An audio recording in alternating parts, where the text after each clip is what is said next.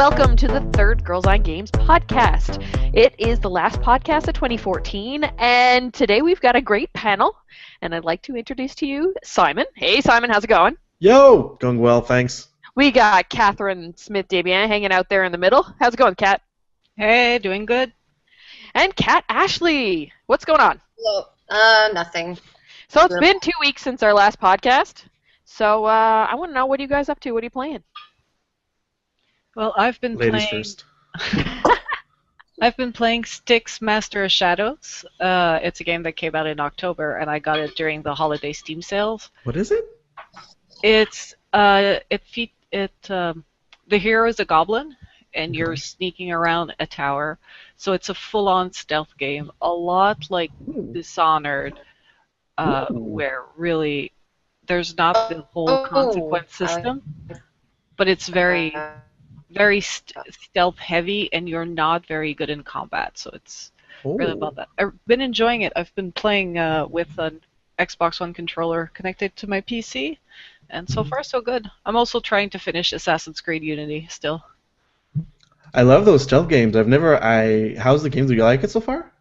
So far so good. I'm having issues going through. I'm playing on normal, and I'm having issues going through the first part of the story. Like, it's really unforgiving, but it's really good. A good challenge. Like, if for those of you who are a bit disappointed with Assassin's Creed, because Assassin's Creed is like half combat, half stealth, this one is full-on stealth so far. But it might change further down the game. I've only played about 3 hours, 2 or 3 hours maybe.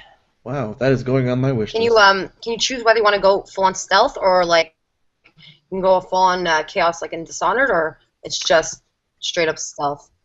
From what I've seen so far, it's mostly stealth. Like, you have superpowers, but they're like creating a clone to distract your enemies. You have Amber Vision, which is very similar to the Eagle Vision in Assassin's Creed. You can turn invisible for a few seconds. And combat, it's basically you need to parry, and if you parry right, then you can kill the person and you get the muffle killed. So I'm not very far in the game, but I don't think you get a full-on battle mode like in Dishonored. Okay. So you have to stealth to do anything in the game, pretty much. Yeah, and there's like shit in the way. You gotta look out for buckets and chairs and twigs on the ground, because if you step on it, people will turn around and be like, "What's that sound?" And you're like, "Fuck." Is it third person or first person or? Third person. Third person, and is it isometric? Is it? It's full on. It's all full on 3D. Okay, cool. I'm looking at it. It looks good. I'm surprised. So far, I'm really enjoying it, and you're playing like the humans are like the evil in this one. So you're playing as a goblin, which is basically the slave labor of the elves. So no, I'm very impressed. I've never heard about the developer or the publisher before. Apparently, it's a prequel to a game that came out in 2012 called Of Orcs and Men, which was an action-adventure game. And this one, it's full-on stealth. So it's really good. Like, I've only played 2 hours, and I'm like, I had to stop playing to do this podcast. What's it called again? What's the game called again? Styx Master of Shadows. Styx with a Y. S-T-Y-X. Like the band. And yeah. It's also on Mr. Roboto. Sorry. I think it's on the Xbox Live and the PSN stores as well. I got it on Steam because it was cheap. I'm gonna check that out. Definitely. I love stealth games. Yeah, me too. It looks interesting. For Far Cry, I suck at Far Cry. Anyways, that'll be in my write-up, but. Oh yeah, so Kat is actually playing 2 games because she's in review mode. She's playing Far Cry. 3 games, so she's playing Far Cry. She's playing Master Chief. Oh, not even Master Chief Collection. It's Halo 5 beta. Halo 5. That has been all I've been playing the last 2 days. Yeah, we had a stream there the other night, and it was quite entertaining. Yeah, it was. It's very frustrating, but honestly, I've been reading a lot of comments online on what people have been saying, that it's very like Halo or Titanfall, and I don't see it. I never understand the comparisons between Halo and Call of Duty. Personally, for me, because I've played a lot of both, and Halo, it's more like of a battle out. So you come face to face with an enemy, and if they shoot you first, you have a chance at killing them because it takes about 6 bullets to kill them. Whereas Call of Duty, it's basically who sees who first, who shoots who first, and you're dead instantly. So I never understood the comparison between the both. And a lot of people are like saying Halo 5 is very similar to Call of Duty. Maybe in speed it is. You can sprint. I don't even know what the hell to call it. Not the jetpack, but you to the side. I don't know what the hell it's called. But that maybe is similar to Titanfall. But honestly, Halo 5 is more Halo than Halo 4 was in every way possible. So it's a very good beta. I'll write more about it, but so far I'm in love with it. I can't stop playing it. The minute I stop this, I'm going to play it. And and I'm also playing Dragon Age, which very addictive. I just finally I'm Inquisitor. 47 hours in, I just became Inquisitor, and I started to specialize as a Tempest. I'm a rogue. Rogue level 14 or 15. So very fun. Yeah, you've And got Far lots Cry of. 4, so. Sorry, go again. Go ahead. No, I'm saying Far Cry 4 I suck at. I can't do stealth in that game. Dishonored, I love. I did stealth. I got the achievement for the ghosts where you're not seen at all. Thief I love, but for some reason Far Cry I just can't do stealth in that game. So, anyways, next person, Simone, what are you playing? I just started Dragon Age Inquisition. Yeah. I think it's yesterday. And damn, so far it is very good. I am impressed. Yeah. I played a bit of Dragon Age 2, I think, when it came out, and I played a good 50 hours. I liked it. It was good. I didn't finish the story. I had fun, but I thought it was kind of repetitive, and I thought the environment was very like corridor like. There wasn't a lot of open world stuff, and I started Dragon Age Inquisition I think 2 days ago, and it's really fun. I'm surprised. Like I wasn't expecting it to be like that at all. It's very it's more open ended than I thought it would be. Like you go out and then there's so many things to do, and like the map seems fairly big. Anyways, I'm only in the first area still, but there's a lot of stuff to do, and there's a lot of things to explore, and UI is good. I'm playing on PC. The UI, the interface is good. The menus. One of the things that I found that was lacking in Dragon Age 2 was the menus. I hated the menus, and not as bad as Skyrim's. They're the world's most horrible menu ever. Is Skyrim. But no, so far it's really good. My one gripe with combat is a bit slow. I find it's not very responsive. It's very slow paced, and you're hitting, and maybe it's just because I'm playing a two-handed warrior, but that'll make it slow. Are you playing on PC or are you playing on PS4? PC. Are you playing with a minute or? No, mouse and keyboard. It's actually pretty good. No, it's not that it's not responsive. I didn't say it properly. It's real just that it feels slow, and sluggish. Yeah, I feel that I'm hitting, and it's like, oh god, and it's not very fast paced, but that might just be the class that I'm playing. So, but so far it's really good. Tactical battle, or do you just do straight up? No, I just run and hit and stuff, and I did the tactical for a bit, but I like better running up and. Yeah, well, I set up the strategies for the guys. I made the elf guy the healer, the girl is a tank, and then Varric just stays behind and shoots stuff. Okay. And then I just run into it and hit stuff with my axe. So that's pretty much how it goes so far. Cool. That's how I do. And I've been playing also a bit of World of Warcraft. Started raiding for the new content, and it's fun. It's really fun. They Blizzard have outdone themselves in this expansion. It's impressive that the game is 10 years old and you still have so many people playing it, and they still manage to make it fun and interesting and fresh. So it's really good. I can't wait for Catherine to try it. Sweet. I'm excited. Well, I'm in Diablo 3 mode again. I bought Diablo for the second time. I bought it on PS3 prior to us getting new consoles, and then was playing a lot. And then new consoles came, and I disconnected my PS3, and it never got reconnected. So I was like lacking. And then we had a conversation the other day talking about Diablo 3, and I'm like, shit, I need to play that again. And we were like, oh, we need to do a big raid together. Go all play together. And I was like, okay.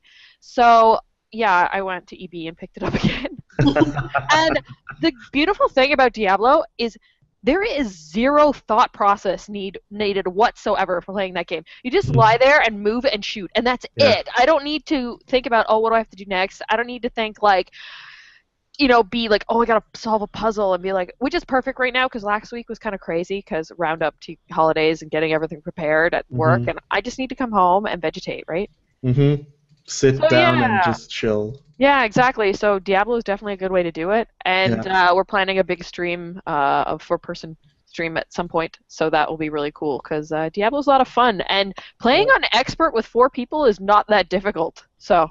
No. It's a lot easier than people make it out to be. It's especially if you start building your class properly and stuff. So I like being a demon hunter.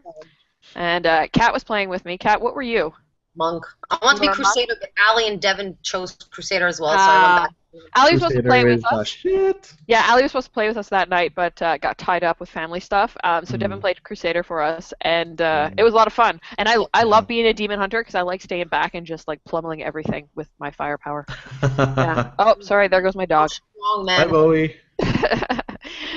So yeah, lots of stuff to play, and like Christmas is coming, and we finally have like some free time. So I know that a lot more gaming is going to be had once the family stuff is done, right? Yeah. But since it is the end of the year, we need to talk about Game of the Year, or at least our own individual Game of the Year. We did a poll to see what our fans and followers and friends thought, and it's actually pretty interesting to see what is actually tied right now 3 ways for Game of the Year. Like, straight up tied. Like, I can't get over it. It's like I figured one game would pull out above all the others, but no, there's 3. Dragon Age Inquisition, Diablo Reaper of Souls, which I wasn't even going to put on there at first because I'm like, no, it's an expansion, it doesn't count. But then everybody was like, no, it counts. I'm like, okay, so I'll put it in. And Destiny. Guys, really? I'm saying they all start with the letter D. What's up with the letter D? What's up with the D? But yes, so I was actually surprised that Destiny, maybe because so many folks bought into it and were playing it and still haven't stopped because it is so damn addictive, even though I think it's still missing a lot. I have a lot of people at work that are still playing Destiny and are like super into Destiny, and oh my god, tonight we're gonna go farm and this and that. So I guess people love doing repetitive things. Yeah. I can't stand grinding. That's why I stopped playing it. Yeah. Well, that's why a lot of people stop playing, just because of that. Kat? What you were saying something? Oh no, yeah. I was just saying like I stopped playing it because Master Chief Collection came out, but they really made the perfect addictive formula in Destiny. It's unbelievable. Yeah, we had our anything good, and I don't know. Like we had our. Oh, sorry, I keep cutting you off. No, don't worry about it. No. Now I was just saying that I would go back to it had I not have like 1,000,001 other games to play, but it's addictive. I can see why people chose it. We had our holiday party last night, and Voice was saying, our friend Voice, who made our wonderful intro, he was saying how he plays at least once a night, and I'm like, dude, that's insane. And he's like, but it's like having a girlfriend that I have to go see all the time. Oh, it's too funny. He's hilarious.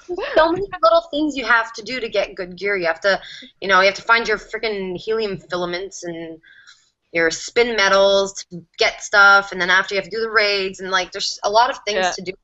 It's pretty empty. It's weird. It's a very weird phenomenon, I find. So that was what the poll said, but I want to know what you guys said. Now, we are going to post up the full year in review post, because obviously we're only a part of Girls on Games here sitting in our wonderful little podcast, but I want to know what your guys' games of the year were. Simon? I said Wolfenstein. Honestly, it's one of the most shooters, one of the best shooters out there for a while, and it really, it didn't really come up with anything new. It wasn't something that, it's not revolutionary or anything at all. It's just plain stupid fun. I mean, that's just really all it is. It's the weapons are interesting. The levels are fun. The enemies are fun. Even the story to a certain extent. It's engaging, and you want to see what's up, and you want to see what's going on. And I've always been a fan of World War II and alternate universe stuff, and it's really interesting to see in the future if the Nazis has won and that kind of stuff. So, to me, that's really good. And I also had in there Final Fantasy 14, which was very close to my number one spot. I played a bit. I played for the first month and a couple more, and the game is great. It's in my opinion, probably the number 2 MMO after WoW out there. It's worth the $15. It's worth definitely worth the money, and that's rare in MMOs these kind of days. And then my number 3 was Shovel Knight. It was just too much fun. I had a blast playing that game on my DS. It really came out of nowhere, but a lot of people are liking it, and I see why they like it. It's really fun. It's challenging, but it's super rewarding when you actually get to do what you're supposed to do. So it's really awesome. Doesn't it make you feel like a kid again? It does. It's true. It's like really. I love pixel art and the way it's made and the way you're like moving around and doing your stuff. It's so good. It's really amazing. Cat SD, how about you? I chose as my game of the year. I chose Mario Kart 8 because for me it was the perfect mix of retro, so stuff my inner 12-year-old is like, ee! And of new stuff like with the anti-gravity and how they remade all the maps and how they have the soundtrack is fully orchestral, like live recorded music. It is a feast for the senses, and with the DLC that just came out and the one that's coming out in March, it just renewed my love for it to finally have Link as a driver, have a Hyrule theme racetrack, the Excitebike racetrack. They redid the NES Rainbow Road. It's just a lot of fun. In second position, I chose Child of Light because it's just an artistic endeavor that is worth playing. Everybody needs to play this game and has some very unique mechanics. They put a twist on the RPG style mechanics. And in third, even though a lot of people wrote it off as a disappointment, I put Watch Dogs because I love puzzles and the whole hacking mechanic of how you had to solve puzzle and like hack cameras and find a point of view to get your way to unlock something. I had so much fun with that, even if the rest of the game wasn't as revolutionary as they said. I just thought it was a good like Assassin's Creed type game with way more puzzles, and for me I was pleasantly surprised by Watch Dogs. Two things that popped into my head is when you're listening to the Mario Kart Mario Kart music, doesn't it remind you of like a late night TV show or talk show theme, like with like a full big band and horns and everything? It's amazing. My reaction was like, that's like Saturday Night Live intro. Like I was expecting something. Tonight's musical performance, Arcade Fire. And the coolest thing about, I think, that they really figured out in Watch Dogs was the hacking mechanic. You know, when you go in, you're actually hacking and they have like the light thing, and you have to like turn the little knobs and make sure that the poles like match up so that the light goes all the way. Like I thought that was really smart because prior to getting hands on the game, I was like, how are they gonna like legitimately make this feel like you're hacking something? Yeah. Like, because that's not. How do you gamify something like that? Well, they've had a lot of experience with the past Assassin's Creed, like in, especially like in the Ezio series, where you had a lot of these puzzles to solve, and a lot of them were hard. And I remember just absolutely loving those things. So I thought they brought it to a new level in Watch Dogs, and it's really like it's like Leah said, like what you see is basically you have to literally make connections so that the flux of information goes and you can get access. I thought it was pretty cool. Catherine? Of the unlocking in BioShock, actually. Is it similar? Yeah, well, in BioShock, like you have a stream of, I don't know, data, whatever, and you have like to turn things so that the data gets to the right place. So I don't know. It reminded me a lot of that. Maybe they drew inspiration from it. Probably. It was good. Probably. Yeah. We could say that they got inspiration from Pipe Dream from NES. Yeah, that's true. Hey, whatever works, right? Catherine, how about you? I'm like Simone. I chose Wolfenstein as my game of the year.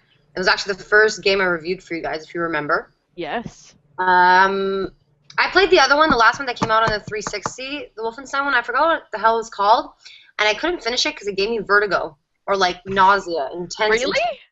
I couldn't play it. I was playing it, and then I'd get a headache, and I felt like vomiting. I don't know what it was. Like, I think the movement of the gun would make me really nauseous. So I was really happy when this didn't happen with the New Order.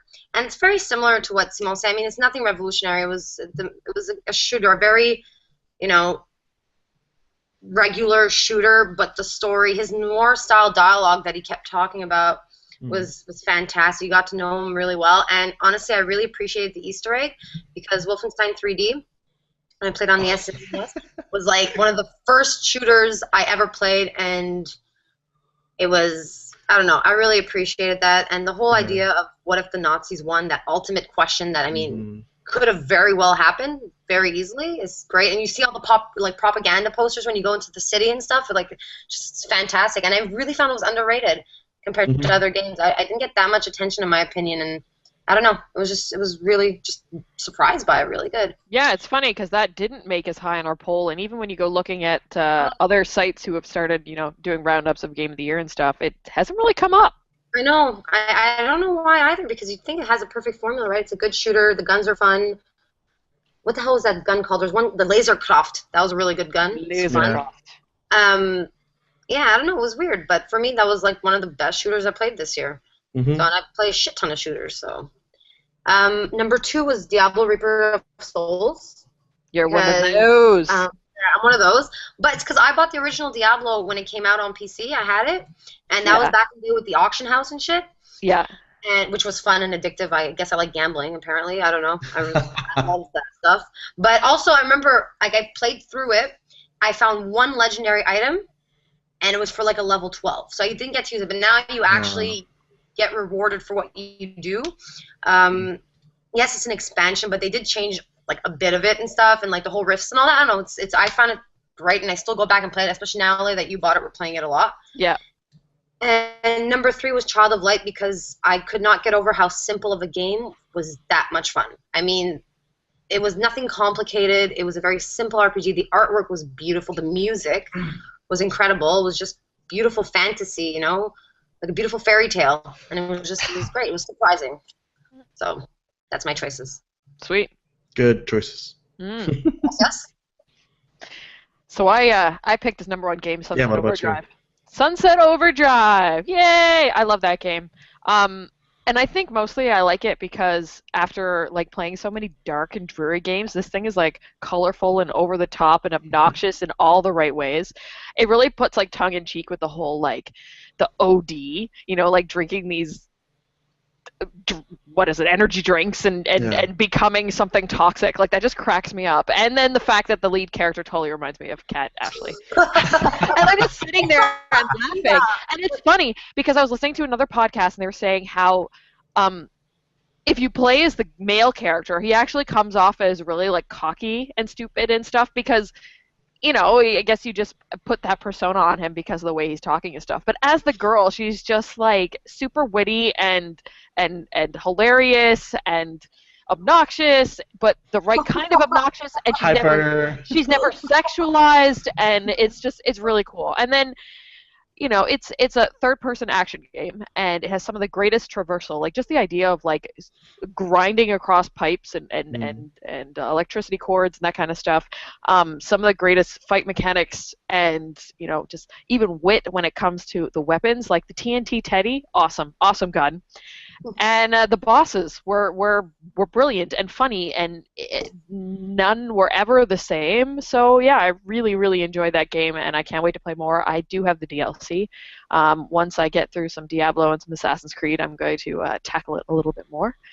And then second was, it was tough for this too, but I think maybe it was just because it was so different that I picked Sunset Overdrive, was Infamous Second Son. I have a huge thing for third-person action games. I love them. And I like the concept of having a superpower that is not your traditional superpower. So the fact that you had smoke, you had neon, you had digital, what the heck is that? And then concrete, really, really enjoyable. And I really enjoyed being the lead character and playing through Seattle. I think they did a really good job. Not as big of a world as some of the other games, but you know, it was like the first start of actually having like a legit city. I mean, you had it with Watch Dogs. You were in the city, and now we're seeing it driving through the crew and stuff like that. But this is the first time, like for me personally, like playing through a city that was actually supposed to represent something that was real, and I felt like I was in Seattle. Mm. And there was some cool nods, like nods to Frasier and stuff like that, and Starbucks and things. That was kind of funny. And then thirdly, Captain Toad Treasure Tracker, just because it was totally different from anything else. And puzzles, I really do enjoy puzzles, and it's just something like having like little snacks of missions, and you could like let it go for a while and come back to it, and it was just tons of fun and super ingenuitive, not having to be able to jump, in a Mario game. Yeah. Not being able to jump is kind of a big Counter deal, to- and makes you really think about how you're going to solve a puzzle. Yeah. And I really, if they put that out on 3DS or mobile after that whole, patent thing that's going on right now with Nintendo, that we're like, if only, yeah, it would totally do really well on a mobile device, because it just has that, little bite size. I'm going on the bus. I only have 20 Mhm. minutes to play something that it'll do well. It'll do really well, and it doesn't cost the same as like a huge game. So, yeah. How much is it? I think it was like 39. Yeah. Yeah, so it's not a full $69 game, Okay. which is nice because, yeah. Oh, and if you played Mario 3D World, Mhm. you unlock it. Notice that game's on your console, and it lets you play more levels. Oh, So cool. that's really cool. Yeah, and even though the story didn't really matter, it was more just a way to get through, but it was still cute and didn't overwhelm the fact that it wasn't super deep, but it was just like, oh, what's the next type of cool level? And you'll notice like lots of different like nods to old Mario games and current Mario games and stuff. It's just a lot of fun. Awesome. Yay! So, with that being said, we've also, as a group, noticed a whole lot of trends that have happened in video gaming in this past year. So Catherine, Ashley, and I started writing a document about and going to post it up as a blog post, about all the different trends that we've been seeing the past year. And I'd like to roll through them with you guys and see how you feel about them. I got to open it all up here on my trusty iPhone because I don't want to stop the podcast through the drive. So yeah, I want to bring up the first one, which we tried to make fun titles for them. So the first one is totally aesthetic, totally just not even thinking about gameplay or anything. It's the Curious Case of the Cloaked Heroes. So something, when I was making our graphic for the roundup of Game of the Year, is how many heroes are dressed very fashionably in their cloaks, trench coats, or capes. And I thought it was kind of neat. I was like, why is everybody so dark and mysterious? You've got games like Shadow of Mordor, Watch Dogs, Assassin's Creed Rogue, Assassin's Creed Unity, and Hearthstone.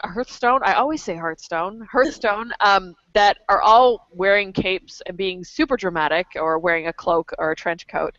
And then to like bring it to the next level, you have games like Dragon Age, Inquisition, Destiny, and Dark Souls, where the character's actually back on, so it adds that mysterious anonymity, if I'm saying that properly.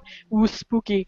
Yeah, so I want to go what you guys think. Is there an actual trend? Like, have we like now come to like we can figure out like fashion trends from the covers of video games? Like, have we gone there now? Well, I think it has to go with like all the new superhero movies, like the new gritty Batmans with Christian Bale and all that jazz. Like you can really see the trend in the movies, like transpiring in video games, and like I'm pretty sure we could take some movie posters and some of those video game covers, and it would just be like cloaked dude from the back with like some dramatic scene in the background, pretty much. Yeah, I'd actually seen an article regarding movie posters where it's like there's two colors. You have orange and blue, and then you have like the way that they're positioned, and they put like I think they had like 35 movie posters, and like pretty big movie posters, not like indie movies or whatever, but like, it was all the same color, the same pose, everything was exactly the same. So of course it's researched, and of course it's thought about. So it's just to make it appeal more interesting, and it's interesting, it's funny. Yeah, well, I know for Destiny and Dragon Age Inquisition, the reason why they're their back is towards us is because you make your own character, right? Right. So there's no The same thing with Dark Souls too. I haven't played Dark Souls 2 actually. It's fun. I don't know about that. Anybody can answer that before I Google? Simon, do you make your own character in Dark Souls? Yeah, you do. Okay, well there you go. Okay, so there is a reason why, is they want that anonymity. Yeah, they want That you is the hardest word ever. anonymity. No, yeah, I guess they want you to just take on the role of the person, which is pretty cool. You know, fantasy and shit. So Cool. And then the That's cat- second one on our list. What? Oh, sorry. The second one on our list is betas are the new demos. And I would say this has to do with the fact that, like, well, I guess they want to test the servers. And there are some games that we've been playing a lot of betas, and the betas are almost bigger than the launch day of the game because everybody can get in, test it out, see Twitch stream. The promo on Twitter is crazy for a game during that time. And, you know, before my days of working with GOG, I would go on the PSN and like find any demos of any games that I was debating purchasing and downloading them and seeing if they were worth my cash, right? But it seems like that's more and more rare. How do you guys feel about betas? I know, in my opinion, Master Chief Collection could have used beta and tested their servers. We got one up. Do you think that it helped Destiny? Destiny is super solid. Do you think that the beta helped them? Well, yeah, because I mean, all the ones that had the big betas were ones that were all online, right? That the gameplay depends on being able to play with other people. And Destiny, it was a beta because that's Destiny. There's no single player practically like there is, but you know, Evolve and all that. And Master Chief really, really, really, really should have had that done because the biggest part, like, well, yes, there's 4 campaigns, but the biggest part is the multiplayer. Everyone's going back to because they want to play the multiplayer. They want to play the classic Halo shooters, you know, the ones we remember, the ones we played the shit out of, you know. But yeah, I think it's fantastic that they're doing betas. I mean, like Halo 5 is doing it right now, and it's smooth. It's good. Whatever's problem, they're gonna be able to tweak it out, right? So. Do you miss demos? Pardon me? Do you miss demos? I never really play many demos, to be quite honest with you. Usually, if I don't have a PC, right? So I don't, you know, try any demos from games, and then the games I do have, I bought them. You know what I mean? So I've always maybe checked more reviews. So I don't really have an opinion for demos, but for betas, I think it's good. It's perfect. Let's keep going. We need that. You know what I mean? I think also the difference in trend betas versus demos is the fact that most games are going online, and they need that beta to test the online. Like, there's no other way. You can't download a WoW demo. You need either a beta or a free 20 days for you to try the game, because you can't just have a standalone demo unless you have a campaign. That is essentially the demo. Like, even when I got, prior to purchasing Diablo on my PS3, a friend sent me a download code where you got to pay up to the Skeleton King. And that had me hooked. I played it on my Mac. It was working great. And that had me hooked. So that is like a demo. And I guess you can say Far Cry has something similar, especially on PS4, where Ubisoft has given people like access codes to send to their friends so that they could play for 2 hours in a stretch online. So that works kind of like a demo. But the traditional demo is gone. I missed the demo disc. Missed the demo disc. Remember when they used to give them out at Burger King? Yeah, well, I was signed up to PlayStation Magazine, and every month they send you a disc with like 20 games that were coming out. I played the shit out of the Tekken 2 demo for some reason. I don't know why. I was really into, and I never bought the game. Yeah, no, I don't know why, but yeah, that was that was good. The demo, I don't think it exists anymore, or if it does, it's like you said, it's betas that are testing out for online games. That's really just what it is right now, but. You know it's all right, because like Kat said, really, you know, right now you're gonna look up at the gaming sites that you trust and people that you trust that review games, and you're gonna base your opinion. Well, you're gonna, you know, if you're gonna buy it or not depends a lot on what that they are gonna say or the website is gonna say. So I think demos are not really relevant right now. Especially with Twitch being so Twitch, exactly. omnipresent. Mhm. You That can go becomes and the watch demo. people play, yeah. And That's then you it. can be like, oh, that looks like fun. I want to play it, or no, that looks like shit. Moving on. Mm-hmm. Yeah, Exactly. 100%. Which is fantastic for that. So. Cool. So number 3 on the list, failure to launch. Oh my goodness. Assassin's Creed Unity, Master Chief Collection, Drive Club that is still fucking busted. Yeah. Like, how many games came out this year that like needed a patch? We've talked about this. And we keep rehashing it, but it's a freaking problem. Mm-hmm. I think devs are relying way too much on post launch day patches, which is a pain in the butt. Why can't they just deliver something that's working? Money. Well, Cash money. Yeah, that's 100% what it is. They want to make as much money as possible with. I'm sorry if I'm cynical, but they want to make as much money as possible and working as less as they can. That's really just what it is. So they're going to make the same game every year, and they're going to, add some stuff, change some things, and then hey, there's a new game. But these are not They don't small. QA. These are not small development studios. These are the biggest ones. Yeah, With well, to make a hundreds AAA of game. thousands of people working there. Well, they have no QA. All the money is into making the game as fast as possible and marketing it as much as possible and hyping it, to immense degrees, and then not testing it, and then just there's this doesn't work. Oh, okay, well, so basically, if you're buying a AAA game on release date, maybe you're becoming a QA. You are the QA, so they're hoping that people are gonna, write in, and then they can at least they fix it. That's the thing. I think the problem is hard deadlines. Like, Yeah. they don't want to delay, they don't want to push it back. And it's like The Witcher 3 got pushed back, and if that That's means fine. that we're going to play the whole thing Mhm. from the get-go, I would rather. And I think it's also one of the reasons why Nintendo is so late to announcing official release dates.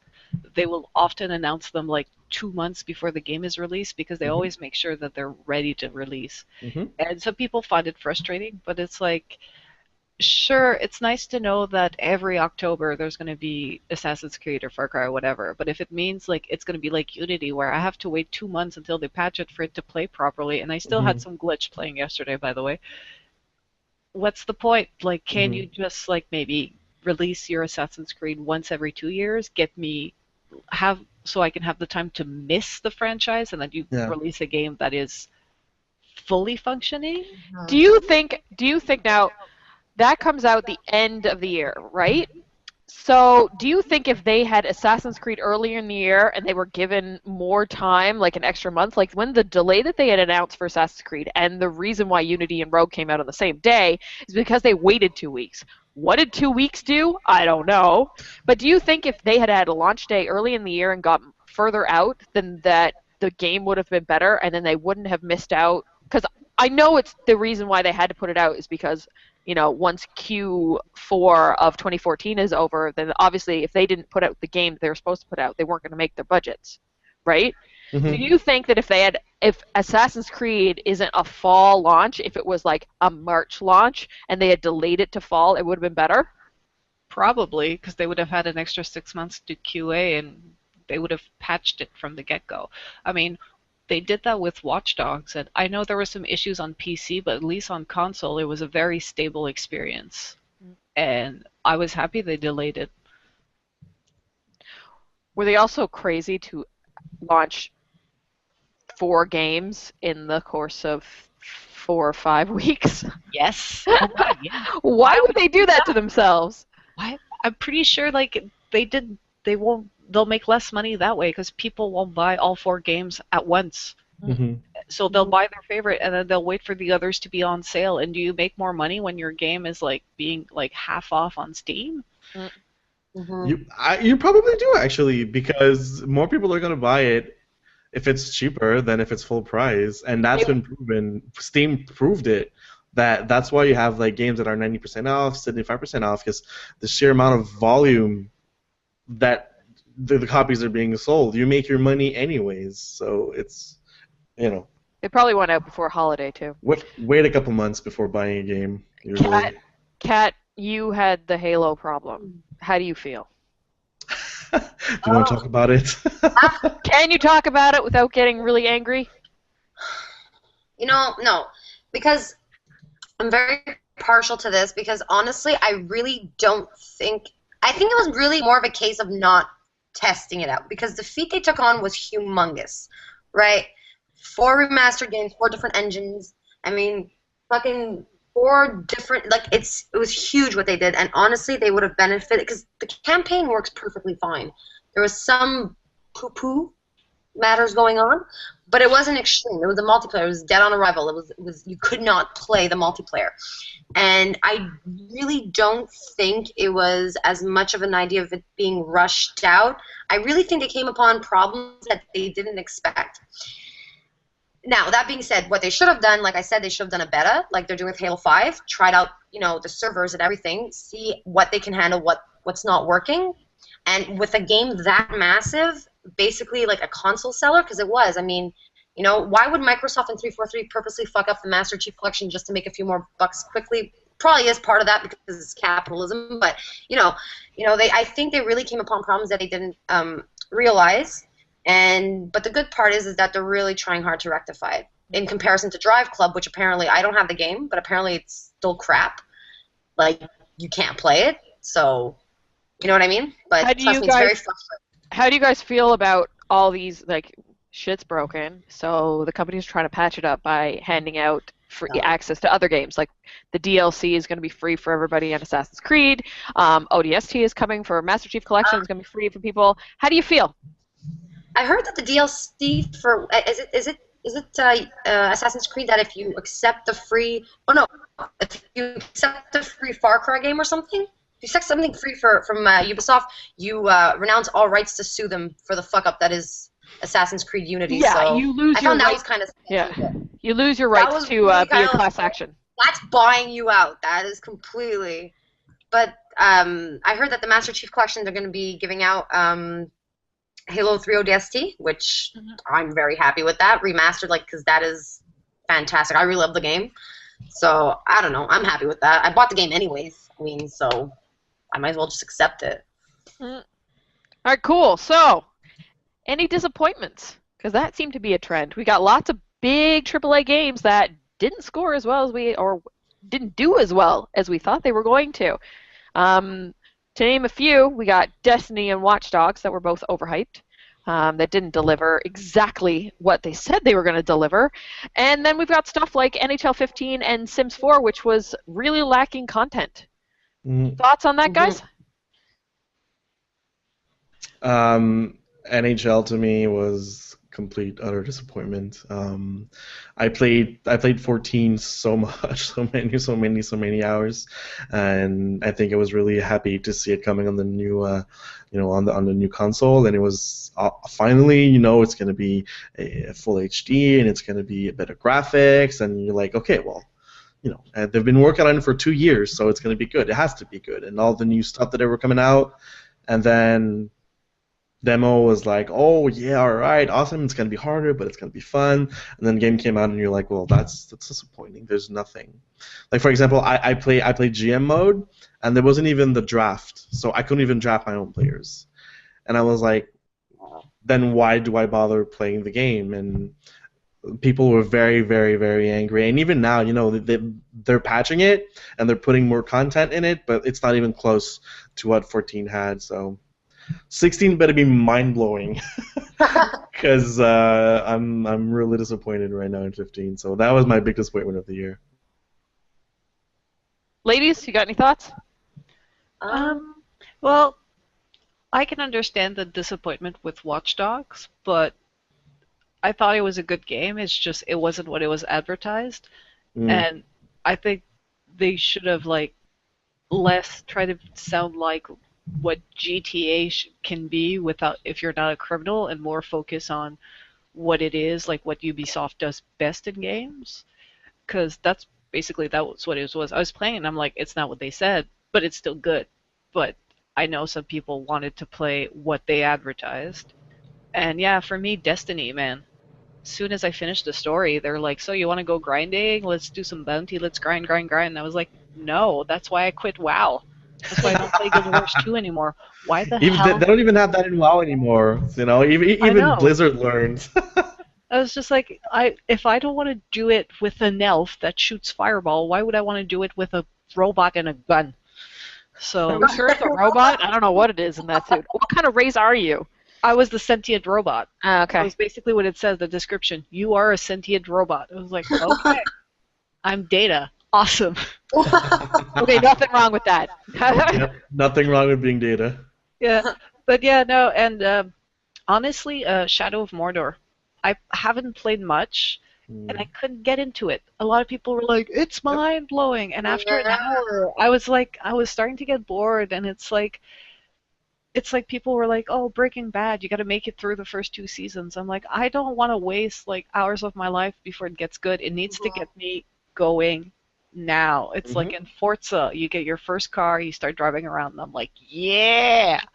And it, and in Watch Dogs, like as soon as like they show you the hacking mechanic, I was hooked. I was like, I want to do more of that. Like I don't care what everything they said about the big city and the action and the adventure. I'm like, I just want to hack shit.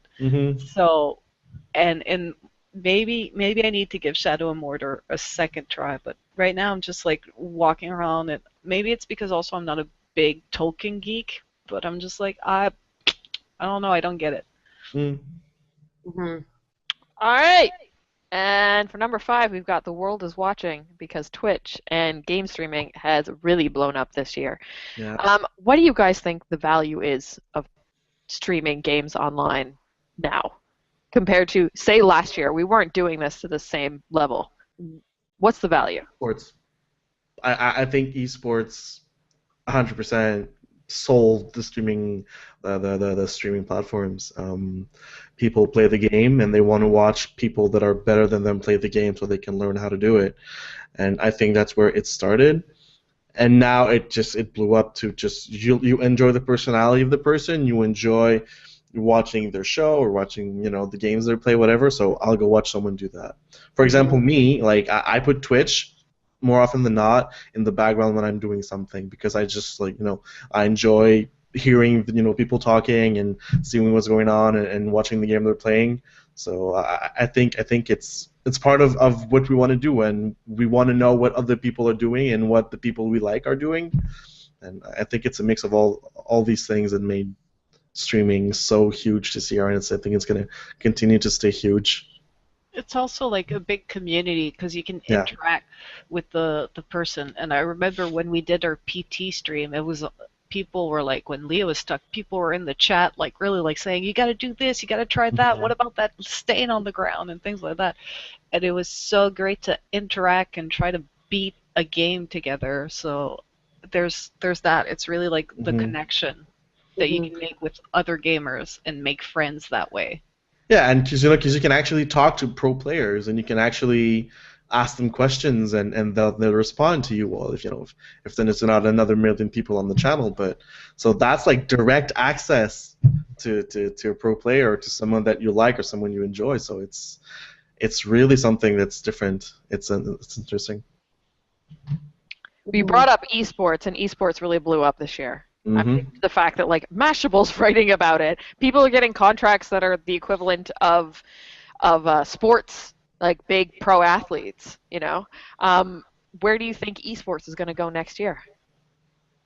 Bigger and higher than it ever was, and I think you're going to see the rise of other games, because right now you have the big, Dota, League of Legends, Call of Duty is pretty big also. And this year you've seen the rising of Counter-Strike, which is amazing. I'm a big Counter-Strike player and I'm super excited. Like the first major of this year, well, Blizzard's not Blizzard, sorry. Wow. Valve, not Blizzard. They started making financing tournaments, and the first tournament, the final of this year, earlier this year, I think 100,000 people watched it. And the last major of this year, there was a couple of weeks ago, the final, there was around 525,000 people who watched the final. That is huge. And it's not Dota numbers, but you have this. You have Smite also that just announced a $2 million tournament.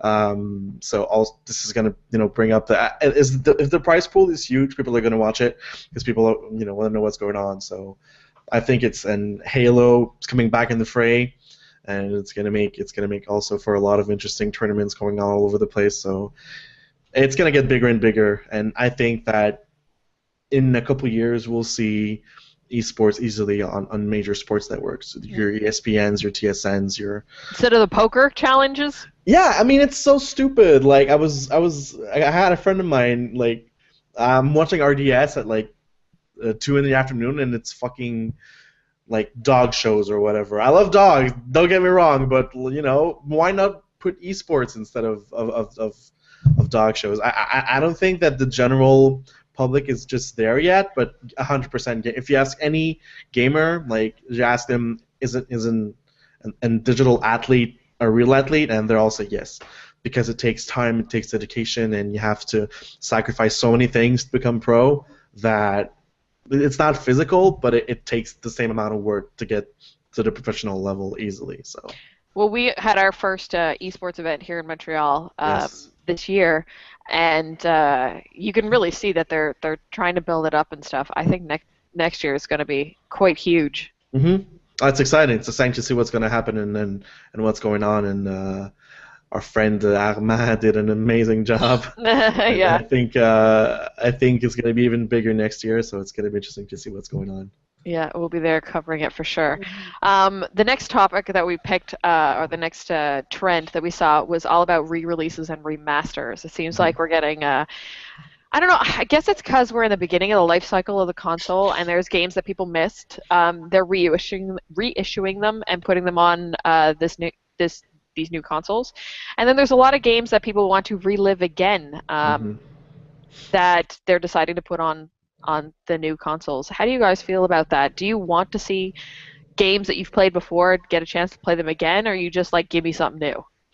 Well, I'm all for the remastering and the redoing, as long as it's not like a full price thing, because it is old content. Like the fact that you can get all previous Halos for like $70, that for me that's a good price. And it's also goes with that logic that why they reissued a few raids like Naxxra Mask, because they were like, we worked hours on this raid, but it was so high level that only 1% of our players saw it, so they put it as the first raid in an expansion, and then everybody got to play it. So at one point it's like, if your game wasn't seen by as many people because, I don't know, you put it on the GameCube and like 2 people bought it, there's no reason why you couldn't reissue it for the Wii U. The fact that they packaged Wind Waker with the Wii U and that people discovered that game again, it's like it's either that or the DS. And I buy retro game on my DS all the time, stuff that I played when I was a kid that I didn't get a chance to finish. I think it's about finding a new audience for your games. For a lot of work and money you put into something, you want as much people as possible to play it, and sometimes like just putting it back out there for like $10 or $20, you'll get that audience and your work won't be for naught. But I want new games. Well, I mean, live that. I want to move on. I want something new. I want something different. I want to use the power of these consoles. I want to see something revolutionary. I haven't seen something revolutionary yet. Nothing's been that impressive. Like the new one, the one that they just announced, Devil May Cry HD. Like I totally don't understand why they're redoing that. Yeah, 2 years ago. They should wait a little bit. Resident Evil HD, and it's like, wow, that's exciting. But then you come out with that. I don't know. Unless someone can enlighten me in our. Yeah. Well, and I don't know. Here's a question too. It was brought up by one of our viewers, listeners, fans, whatever we want to call, that mentioned how do you feel about Final Fantasy VII coming to next gen or getting reissued but not being remastered? How do you feel about that? Oh do my you think God! it should have been, or do you care? Do you want to just play it again? I mean, because some of those games that first came out with 3D they don't survive the test of time. They look like shit. Oh my God! Final Fantasy VII is one of them. It looks horrible. And it's so funny because there's a video online of when they announced it, and it's like they show a picture of Final Fantasy VII, and people are, oh my god, they're freaking out, they're redoing Final Fantasy VII, and it's like, oh no, we're just releasing it on PS4, and people are like, it's so funny, but No, you got to remaster it. yeah, you Yeah. have to. You have Saw it to. with the Master Chief Collection, like how Kat during the Twitch stream was like switching between the remastered and the old graphics, and that was cool. Like if you're gonna put it on the new consoles, make it better. Yeah. If you just want to reissue it, then I don't know, put it on Stupid. mobile, put it on 3DS, put it on handheld, put it on something that doesn't have the extra power. If you're not gonna use the power, what's the point? Like I'm all for playing Final Fantasy VII on my phone while I'm in the metro. But the thing is, for them, it's super easy because they know people are gonna buy it. Like FF7 is regarded as the best Final Fantasy out there, even though I disagree completely. But like it's regarded as that, so they know that just switching the Switch. Okay, now you can buy it. People are gonna buy it, and they're gonna make money out of that with little to no effort whatsoever. 100%. And same thing with Final Fantasy X. They re-released it on PS3, and now they announced they're gonna release it on PS4. I'm like, what's the point? For those that haven't gotten the chance to play it, it's fine, and I think Final Fantasy X actually is gonna be okay. Final Fantasy VII looks terrible. Who cares? I know, it's so stupid. Oh my, so funny. It's like going back and trying to play Star Fox again. Sorry. Oh, please release a new Star Fox, a real one. Remaster that would be... No, a new one on Wii U with actual, controls. Actual controls. Yeah. Number 8, we're almost done. Number 8 is indie games and indie style games. This year have been insane. I think it's because of the drop of the middle tier developer that these have really come into their own, and the fact that it's so easy to publish a game now between Steam, Greenlight, the ID at Xbox, being able to submit stuff to Apple, submit stuff to PlayStation so easily. It really, like, indie games, being able to make your own thing, if you've got an idea and be able to put it out there, it's really blown up this past year. And we especially see it here in Montreal. There's wonderful indie studios all over the place. How do you guys feel? We're going to see some more indie stuff next year, for sure? Oh my god, definitely. Definitely. Especially if ID at Xbox continues. I mean, obviously on PC and all that, there's always been... That is basically the platform for indies, but it's really nice to have them coming to console now, especially more for Xbox. Like I'm only an Xbox owner right now for Xbox One, so I'm really excited about that. And honestly, I really, really like Ubisoft's indie style Child of Light, and I'd be totally down to playing more.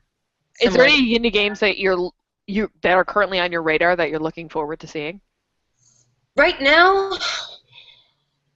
off the top of my head, there's one from the dude, what's his name, Alex Hutchinson from Ubisoft. He's announcing one. It should be coming up soon. I forgot what the hell the name is. But that one sounds exciting if it's anything similar to Child of Light. But no, I don't know. Right now I'm playing on, I got it for free on Xbox, Volgar the Viking. That was a really cute little game. I don't know when that came out. I think that came out earlier this year, but I'm not sure. So, but I really think that trend's going to continue, definitely. It's not going to stop, and it's good for someone like me who doesn't play indies. You know what I mean?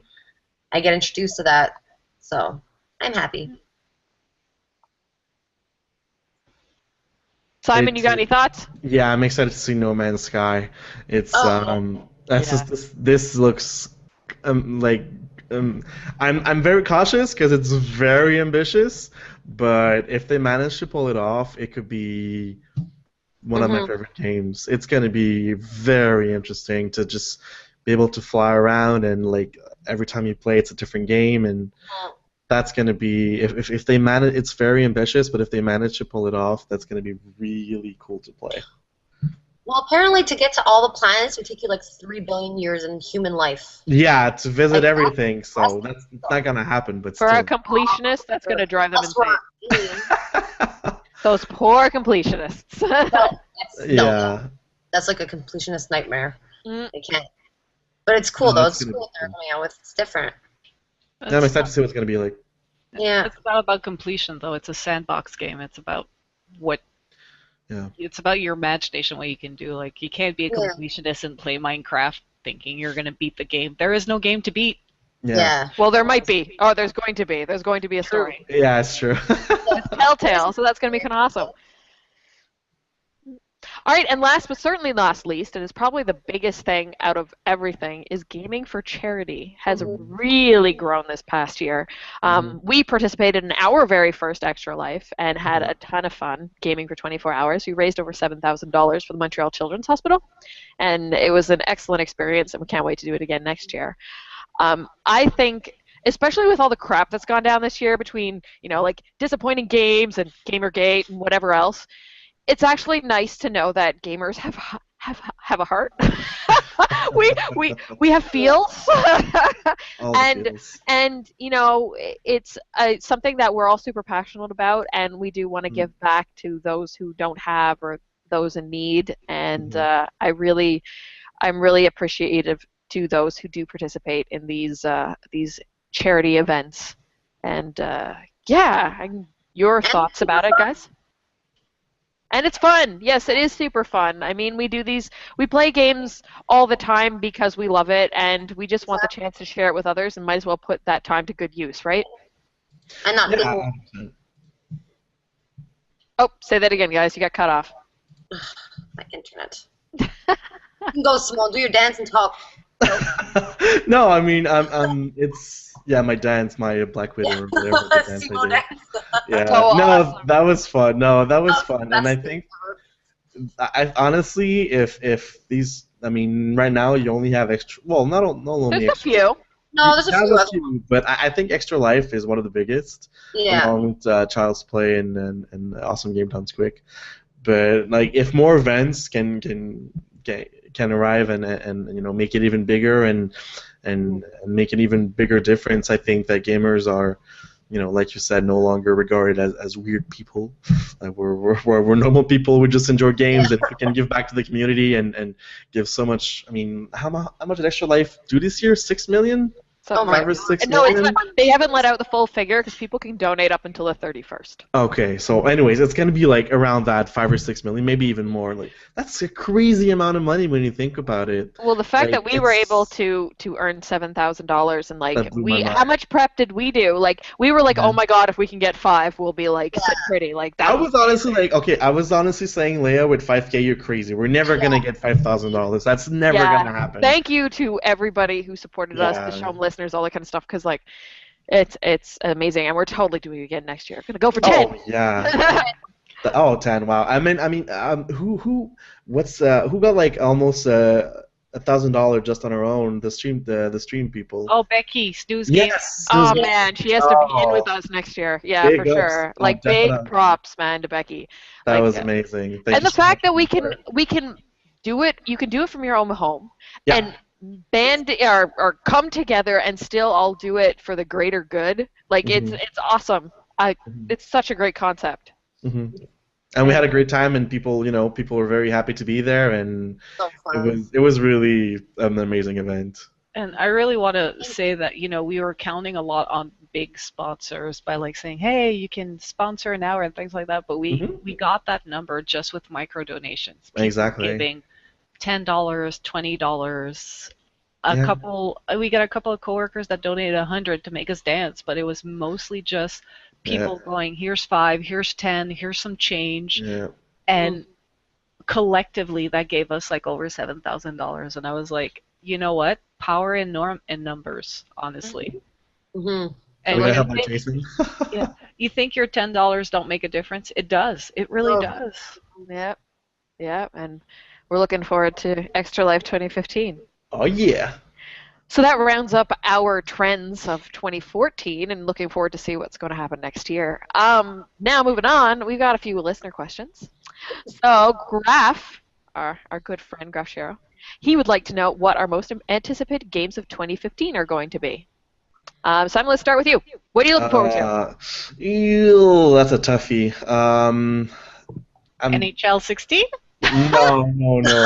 I'm gonna say probably a tie between Batman Arkham Knight and Deus Ex Universe. It's true. I forgot about that. That I think it's gonna be hard to say which one's better. Really excited for Arkham Knight. Like the videos have been releasing so far Oh my is god. really interesting. Hopefully they pull it off. I'm very I'm I'm with waiting you. to see. I'm waiting to see what's gonna happen. Hopefully they pull it off. Ah, If they do, it's gonna be one of my favorite games. I am I'm with you there. I am a huge Batman fan. I am the Uh-huh. go-to Batman girl in our group, and Yep.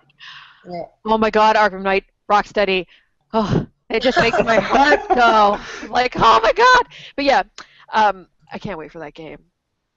It's gonna be. I They hope have it's a good. I hope lot. it's good. Yeah, they have a lot to live up to, and Hmm. Rocksteady can do it. They Yeah. can do it. Yeah, So, of course. fingers crossed. Cat SD? Oh, Legend of Zelda. Legend of Zelda for the Yes. Wii U. Right. I forgot If it about does, that. yeah, they just said Yeah. 2015 because again, Nintendo will announce the date when they're ready to announce the date Hmm. because they know the game's going to come out and it's not going to be fucking broken. Especially for a Zelda. Especially like, and like we were talking about remastering and we want new games. Like they clearly released Wind Waker to be like, here, play this while we take 2-3 years to make the Hmm. Zelda game that will blow your mind. So Yeah. I want to play that. I'm really excited for that. I am more than beyond excited. I have renewed my love with Nintendo in the past year, honestly, because I bought the Wii U and I didn't use it for a while, and now they're like, bam, bam games and releases that are really like this year. They're like have some releases that are worth playing, and now they Mhm. like announced next year Zelda, and I was like, yes. Cat Oh yeah. Yes, please, all the Zelda. Ashley, what are you looking forward to? Witcher 3. Oh Really yeah. excited yeah. for that. À part de ça, I guess Halo 5 I'd say off the top of my head. Excited to see that, of course. Halo fangirl here. But Witcher 3 mostly.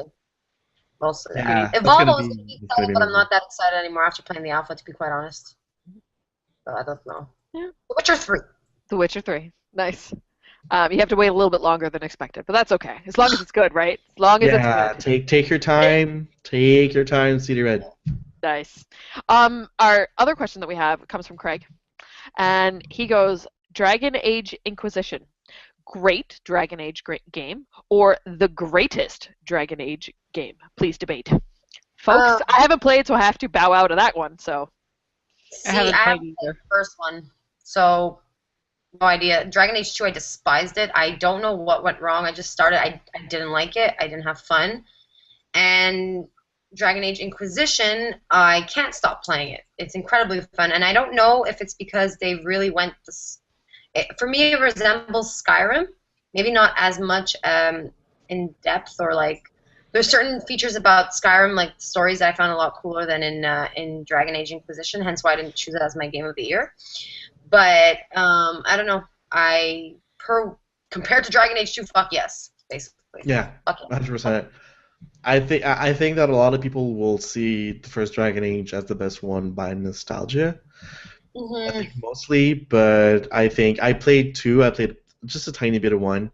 I played a few hours of two, and so far Inquisition blows them both out of the water. It's very well made. It's interesting.